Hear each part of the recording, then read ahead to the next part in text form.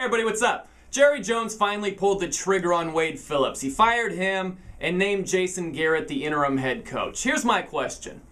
Does this make the Cowboys any better this season? And does this help the Cowboys going forward?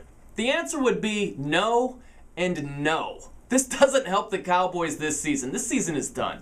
This season's a grease fire. They're going to be a bad team with Wade Phillips or with Jason Garrett. They got Kitna under center. Tony Romo is not coming back. This was a team with Super Bowl expectations who's 1-7 right now. They're going to be bad even if Vince Lombardi was the head coach from here on out. They're just going to be bad.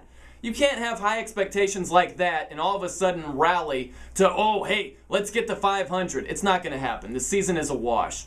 And going forward, Jason Garrett is not going to be the head coach. He's not. He'll be lucky to go 500 from here on out this season. That's not going to be good enough for Jerry Jones to say, hey, this is the guy going forward. They're not going to be good enough for Jason Garrett to be the guy going forward. So basically, 2010 is a wash, and by going back on your word this year, how does that help you in the future? Jerry Jones said time and time and time again, Wade Phillips is my guy. Wade Phillips is my head coach. He's not going anywhere.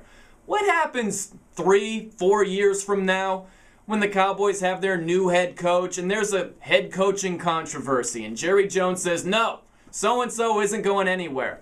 What's everybody going to say? Everyone's going to say, hey, we seem to remember you saying the same thing about Wade Phillips and he was eventually fired in the middle of the season. It's just going to make all of the controversy that much greater. It's going to enhance it. And the controversy is great with anything to do with the Cowboys to begin with. Now, the other thing you got to keep in mind, some of the reasons to justify Jason Garrett being the interim head coach are just laughable. Some people are saying, well, you got to sell tickets. Oh, wow, let me fly to Dallas right now. I can't wait to see the Cowboys, who are 1-8, host the Lions. Sign me up for that right now. Woo! That's a hot ticket. And the other reason is you had to change the culture. He was the offensive coordinator. He's like a younger Wade Phillips. If you haven't noticed, the things that people criticize Wade Phillips for, not showing emotion, not being a disciplinarian, not being hard-edged, that's not exactly what Jason Garrett is either. You're replacing Wade Phillips with a younger Wade Phillips with a bad team right now. It doesn't help you this season, and it doesn't help you going forward. It just doesn't. This is very similar to the backup quarterback being the most popular guy on the team. You know, a struggling team. Think of the Niners.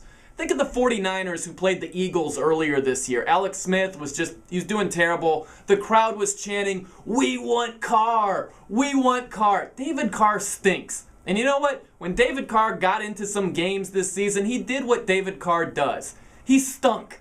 That's going to be the same thing with the Cowboys. They stunk with Wade Phillips. They'll stink with Jason Garrett. So basically, this move doesn't help the Cowboys this year or in the future. So don't make it sound like it was the most brilliant idea and it had to be done. It didn't. I'm Brian No, and that's a no-brainer.